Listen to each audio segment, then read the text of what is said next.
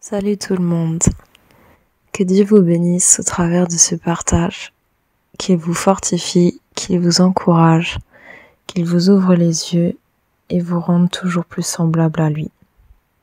Amen.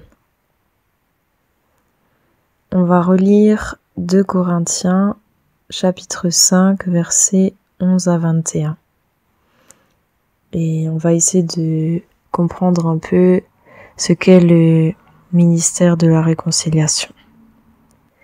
Connaissant donc la crainte du Seigneur, nous cherchons à persuader les humains. Nous sommes en pleine lumière devant Dieu, et j'espère aussi en pleine lumière dans votre conscience. Nous n'allons pas nous remettre à nous recommander nous-mêmes à vous, mais nous vous donnons une occasion d'être fiers de nous, pour que vous ayez de quoi répondre à ceux qui mettent leur fierté non pas dans le cœur, mais dans les apparences. En effet, si nous avons perdu la raison, c'est pour Dieu. Si nous sommes raisonnables, c'est pour vous. Car l'amour du Christ nous presse. Nous qui avons discerné ceci, un seul est mort pour tous. Donc tous sont morts. Et s'il est mort pour tous, c'est afin que les vivants ne vivent plus pour eux-mêmes, mais pour celui qui est mort et s'est réveillé pour eux. Ainsi, nous, dès maintenant, nous ne connaissons personne selon la chair, même si nous avons connu le Christ selon la chair. Maintenant, nous ne le connaissons plus de cette manière. Si quelqu'un est dans le Christ, c'est une création nouvelle.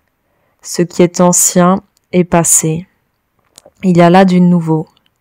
Et tout vient de Dieu, qui nous a réconciliés avec lui par le Christ et qui nous a donné le ministère de la réconciliation. Car Dieu était dans le Christ, réconciliant le monde avec lui-même, sans tenir compte aux humains de leurs fautes, et mettant en nous la parole de la réconciliation. Nous sommes donc ambassadeurs pour le Christ, c'est Dieu qui encourage par notre entremise. Au nom du Christ, nous supplions. Laissez-vous réconcilier avec Dieu. Celui qui n'a pas connu le péché, il l'a fait pour nous pécher, afin qu'en lui, nous devenions justice de Dieu. Merci Père de nous conduire dans ce temps de méditation, que nous puissions avoir les yeux ouverts sur ton cœur, sur ta volonté, que ta volonté soit faite. Amen. La crainte du Seigneur. Je crois que c'est un psaume qui dit « est le commencement de la sagesse ». La crainte du Seigneur, c'est hyper important. Si on craint Dieu, on le respecte aussi pour qui il est, pour ce qu'il a fait. Parce que c'est lui qui a tout créé. Alors qui sommes-nous pour lui demander des comptes ou le juger sur ce qu'il fait ou ce qu'il ne fait pas, ou plutôt sur notre compréhension de ce qu'il fait ou de ce qu'il ne fait pas. Parce que souvent, notre vision est bien limitée par rapport à la sienne et nous ne saisissons pas tout ce qu'il fait. Nous avons beaucoup de mal à imaginer tout ce qu'il fait. Nous sommes encouragés à ne pas mettre notre fierté dans les apparences, mais dans le cœur. Ça veut dire que ce qui est le plus important, c'est ce qu'on ne voit pas de premier abord. C'est les choses cachées, les choses qui sont dans nos cœurs, que Dieu voit, que Dieu sonde, que Dieu connaît. Et après, bien évidemment, la foi ne va pas sans les œuvres. Il faut que notre cœur soit manifesté jusque dans les apparences. Il faut que la conviction de notre cœur soit déclarée par notre bouche. Il faut que la vérité soit mise en lumière. Et puis, on peut devenir fou pour Dieu. Mais on peut aussi rester raisonnable pour les hommes. C'est-à-dire s'adapter à celui qui est en face de nous. Et c'est ce que Jésus a fait. Il nous a tellement aimés que il est venu jusqu'à nous. Il a pris un corps humain comme le nôtre pour s'adapter à nous et pour qu'on puisse mieux comprendre Dieu. Parce que Jésus a dit « Je suis le chemin, la vérité et la vie.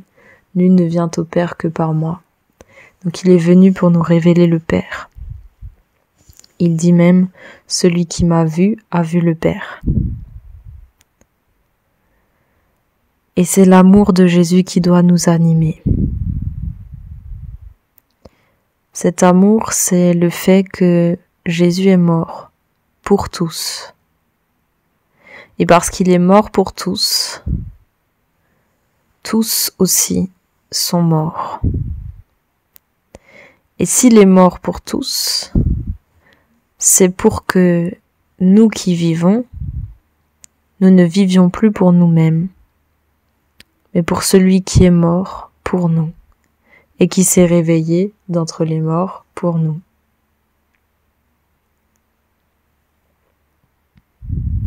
Donc l'appel de l'amour de Jésus, plutôt l'amour de Jésus nous pousse à répondre à cet amour par une vie offerte. Comme la sienne a été offerte pour nous, il est mort. Que nous puissions nous aussi mourir à nous-mêmes pour laisser Jésus vivre en nous. Renoncer à des choses qui seraient importantes pour nous, pour laisser les choses qui sont importantes pour Jésus passer d'abord. Alors parfois c'est la même chose que ce qui est important pour nous. Mais parfois on a des passions, des désirs, des rêves qui sont pas forcément les rêves de Jésus. Et là, il s'agit de lâcher prise, de renoncer. Et croyez-moi, vous serez jamais déçus de ce que vous aurez lâché parce que notre Dieu a nous donné des choses bien plus belles et bien plus glorieuses que toutes celles que nous avons lâchées. Et il le dit à ses disciples lorsque Pierre lui dit « Seigneur, nous avons tout quitté pour te suivre ». Et Jésus lui dit que la récompense ne leur manquera pas, que tous ceux qui ont abandonné des choses pour le suivre recevront ici-bas leur récompense et aussi dans le ciel. Et qu'il y a une multiplication qui se fait. Donc c'est pas donnant, c'est ce que tu donnes à Jésus, il le multiplie. Aussi, nous sommes appelés à ne connaître personne selon la chair, mais à connaître chacun selon l'esprit.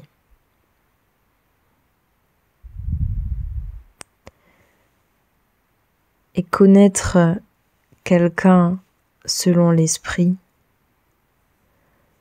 c'est connaître la nouvelle création. C'est être capable de faire abstraction de l'ancien qui est passé. Parce que Jésus est passé par là et a fait toute chose nouvelle. C'est important pour nous de ne plus regarder à comment nous étions, mais à regarder ce que Jésus a fait de nous et ce qu'il veut encore faire en nous, pour nous approprier cette nouvelle identité qu'il nous a acquise à la croix, qui est vraiment totale et parfaite, physique, émotionnelle, spirituelle, psychique. Et tout cela vient de Dieu.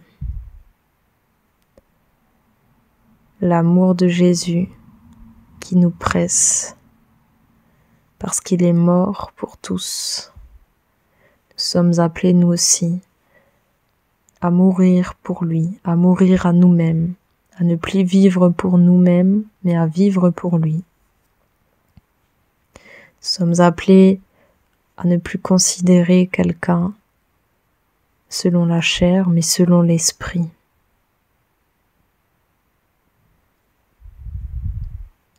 À faire abstraction de ce qui est passé et à se focaliser sur la création nouvelle que Dieu a faite. Et c'est possible parce que Dieu nous a réconciliés avec lui par le Christ. Tous ceux qui sont réconciliés avec Dieu au travers de Jésus, parce que il n'y a qu'en Jésus qu'on peut être réconcilié avec Dieu. À tout cela, il a donné le ministère de la réconciliation. À la fin, il y a écrit « mettant en nous la parole de la réconciliation ». Donc c'est ça. Nous qui sommes réconciliés avec Dieu, sommes appelés à propager cette réconciliation au travers de la parole de réconciliation qui est mise dans nos bouches. Et c'est par là que nous œuvrons pour la réconciliation. C'est par là que nous accomplissons le ministère de la réconciliation. Verset 19 toujours, car Dieu était dans le Christ, réconciliant le monde avec lui-même, sans tenir compte aux humains de leurs fautes.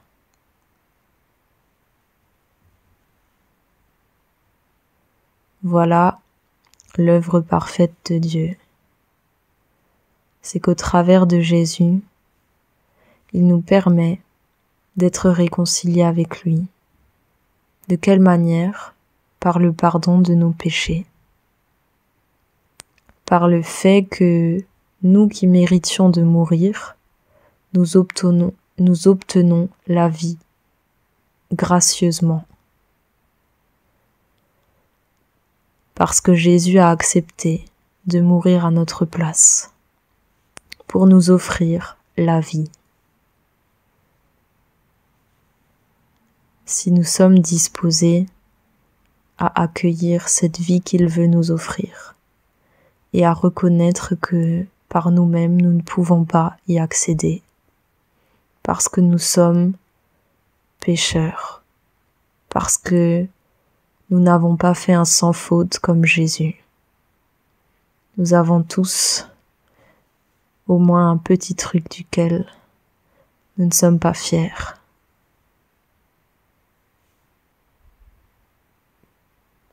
Et croyez-moi que devant Dieu, il n'y a pas juste un petit truc, mais il y a une multitude de choses qu'on aimerait effacer, et c'est possible.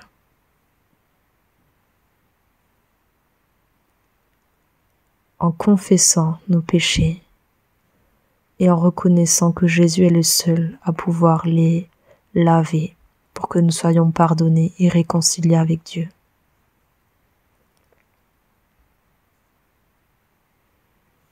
Et nous qui sommes réconciliés, nous sommes ambassadeurs pour le Christ. Et nous sommes appelés à supplier ceux qui nous entourent de se laisser réconcilier avec Dieu. Oui, Jésus n'a pas péché, mais il a porté tous nos péchés pour que nous soyons justes devant Dieu.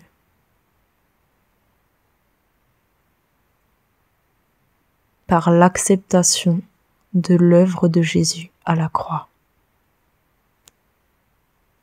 Il est mort pour que nous puissions vivre. Il a porté sur lui le poids de nos fautes pour que nous soyons trouvés justes devant Dieu, pour que nous soyons sauvés de la mort.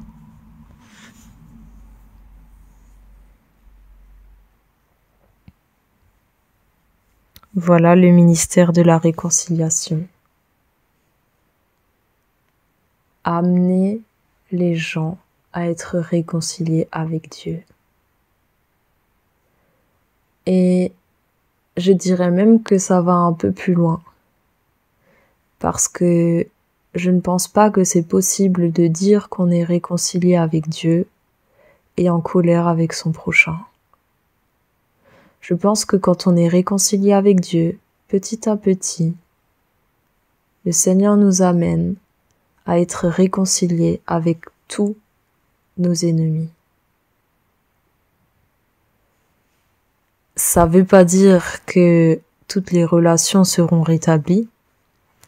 Ça veut juste dire que nous sommes appelés à vivre le pardon dans toutes les relations et à bénir nos ennemis, à ne pas cultiver d'amertume ou de colère par rapport à ceux qui nous ont offensés, mais à leur pardonner. Et ça fait partie aussi de cette réconciliation. Parce que si nous ne pardonnons pas à notre prochain, nous ne pouvons pas espérer être pardonnés par notre Dieu et notre Père. On peut lire encore Ésaïe 43, versets 18 à 21. Ne vous rappelez pas le passé et ne considérez plus ce qui est ancien. Je fais du nouveau, dès maintenant cela germe. Ne le savez-vous pas? Je mettrai un chemin dans les déserts et des fleuves dans la terre aride. Les animaux sauvages me glorifieront, les chacals comme les autruches, car je mets de l'eau dans le désert, des fleuves dans la terre aride, pour faire boire mon peuple, celui que j'ai choisi. Le peuple que je me suis façonné dira ma louange. Donc là, on voit encore l'importance de ne plus considérer les choses anciennes, de ne pas se rappeler le passé, mais de savoir que Dieu fait du nouveau et que cela germe déjà. De croire qu'il fera de grands miracles, mettre un chemin dans le désert, des fleuves dans la terre aride, être loué par ceux qui lui sont étrangers, être glorifié par ceux qui ne le connaissent pas, faire boire son peuple, celui qu'il a choisi, dans le désert, dans l'affliction, dans les difficultés, pourvoir à ses besoins, miraculeusement, et voir son peuple le louer. Si quelqu'un est dans le Christ, 2 Corinthiens 5, 17. C'est une création nouvelle, ce qui est ancien est passé, il y a là du nouveau. Et tout vient de Dieu, qui nous a réconciliés avec lui par le Christ, et qui nous a donné le ministère de la réconciliation. C'est Dieu qui nous a choisis, c'est Dieu qui nous a façonnés. Et il veut que nous vivions pour lui, que nous acceptions de parler en faveur de la réconciliation. Par nos paroles, par nos actes, en toutes circonstances. Merci Père de nous aider par ton esprit à supplier ceux qui nous entourent de se réconcilier avec toi, au travers de ton Fils Jésus, qui est mort, qui est vivant aujourd'hui mais qui est mort pour que nous puissions vivre, non pas pour nous-mêmes, mais pour toi, Seigneur, pour ta gloire. Donne-nous ce cœur compatissant, soucieux de son prochain. Mets en nous la parole de la réconciliation et les réconcilier aussi les uns avec les autres. Amen.